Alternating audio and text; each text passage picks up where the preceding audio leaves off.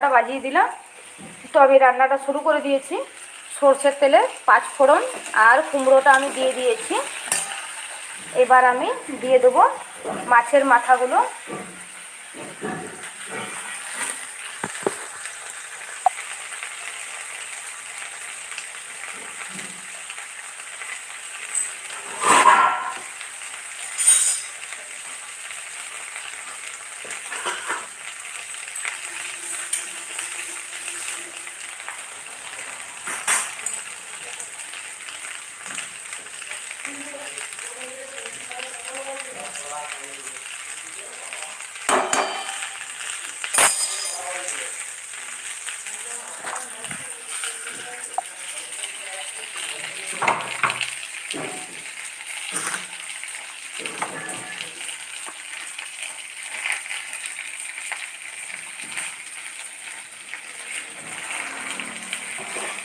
তো কুমড়োটা ভালো করে ভাজা হয়ে যায়, তারপরে আমি মশলাগুলো আস্তে আস্তে দিতে থাকবো।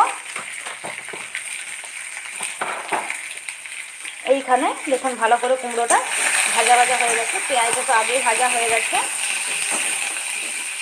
এখানে আমি যে আদা রসুনটা বেটে রেখেছি সেই আদা রসুনের বাটাটা আমি দিয়ে দিলাম।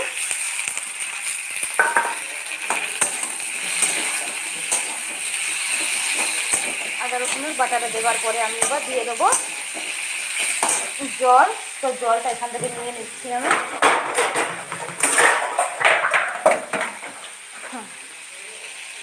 এবার আমি দিয়ে দিলাম পরিমাণ মতো জল দিয়ে দিলাম। এবার আমি এখানে যে মশলাগুলো থাকে সেই মশলাগুলো দিয়ে দেবো। তার জন্য একটা আমি চামচ নেবো। তো হাজব্যান্ড ফোন করছে বারবার ধরে, ঘরে পাইপলাইনে মিস্ত্রি কাজ করছে, ওর জন্য আমার কাজের 12টা বেজে যাচ্ছে, কোনো কাজটাই আমি ঠিকঠাক করে করতে পারছি না। তো এখানে কুমড়ো তরকারিতে এবার আমি শুকনো মশলাগুলো দিতে থাকবো। এখনও চিংড়ি মাছটা আমার কাটা হয়নি, আর এই মাছগুলো রেডি করতে হবে।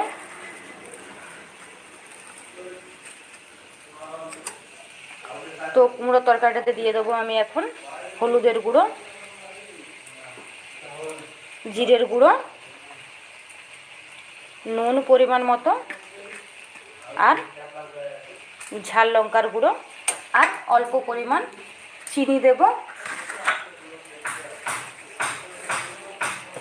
অল্প পরিমাণ, এই যে চিনি অল্প পরিমাণ দেবো, বেশি দেবো না, যেহেতু একটা হাতে ফোনটা আছে সেহেতু একটু অসুবিধা হবে।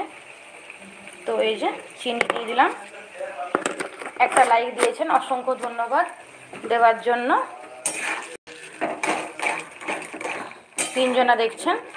তো এবার আমি এটাকে ঢেকে দেবো। ঢেকে দেওয়ার আগেই আমি মাছের মাথাগুলো দিয়ে দেবো,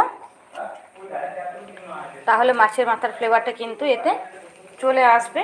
আর আমি চলুন একটা ঢাকা নিয়ে, এই যে উত্তম, হাই, কেমন আছো? আজকে আমি রান্না শেয়ার করছি। ভালো আছি, কেমন বলো, তুমি কেমন আছো? তো মাছের মাথাটা আমি দিয়ে দিলাম।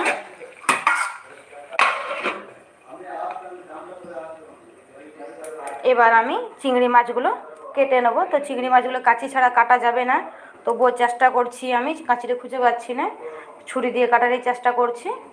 তো চলো তোমাদেরকে দেখাবো ছুরি দিয়ে কেমনভাবে কাটছি। তুমি ভালো আছো? তাহলে